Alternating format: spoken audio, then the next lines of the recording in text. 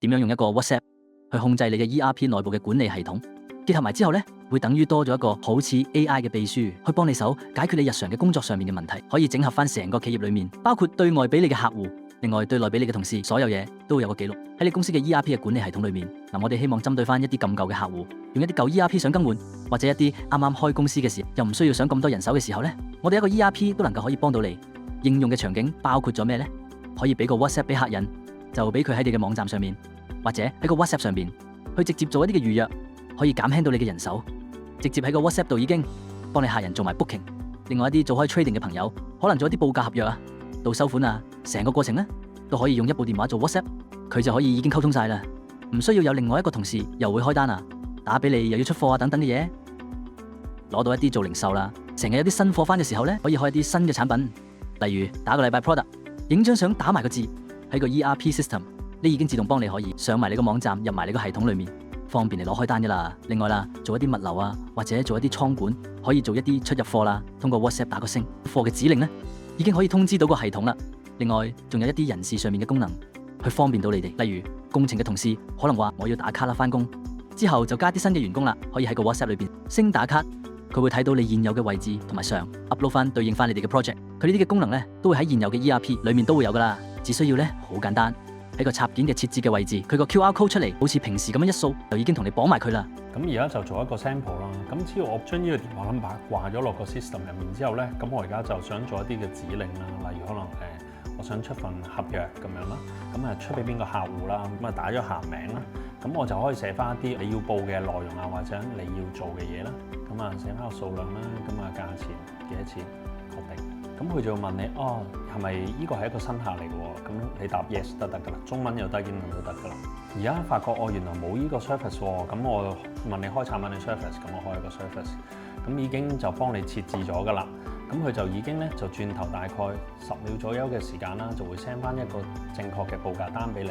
咁連埋一個 edit 嘅一個嘅位置，如果你想改嘅話咧，你撳入去咧，佢就跳咗你去一個嘅界面度啦，俾你改翻張單嘅一啲嘅相關資料㗎啦，同埋啲 item 啊等等嘅嘢。咁你唔想改，直接將佢 send 出嚟睇一睇 preview 翻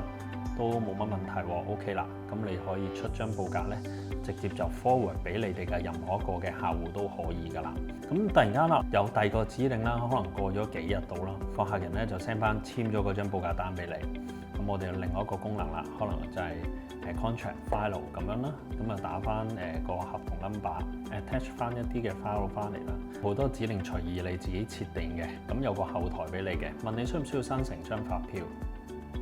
問一聲，咁張 invoice 嘅價錢係幾多錢啦？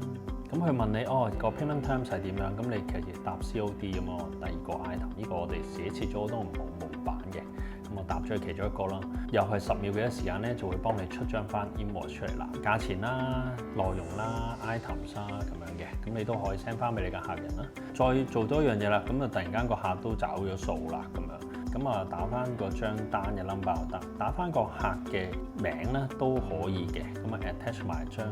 收據，咁個 system 咧就會 send 翻俾你，係咪生成翻收據？咁 yes，OK，咁佢就會完成咗，佢就會通知翻你㗎啦。咁就出埋張收據 receipt 俾你。咁呢個成個過程，咁你可以 send 翻個收據俾翻你嘅客戶啦。咁就已經可以好簡單快捷處理到日常嘅工作問題，咁就等同一個好似秘書咁嘅做法嘅啫。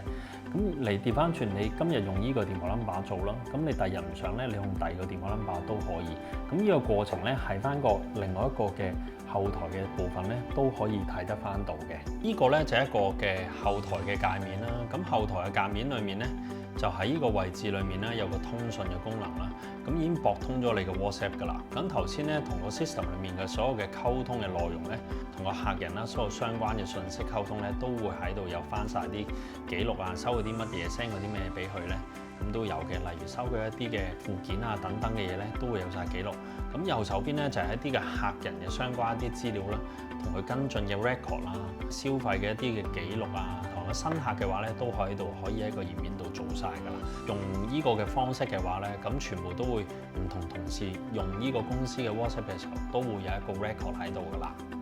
如果有興趣嘅話咧，可以 message 啦、WhatsApp 啦，打翻我哋公司啦。咁我哋有專人同事 show 翻隻 demo， 介紹翻俾你哋咁樣。記得 like 同 subscribe， 開埋個叮叮鐘仔就可以第一時間收睇我哋嘅新片啦。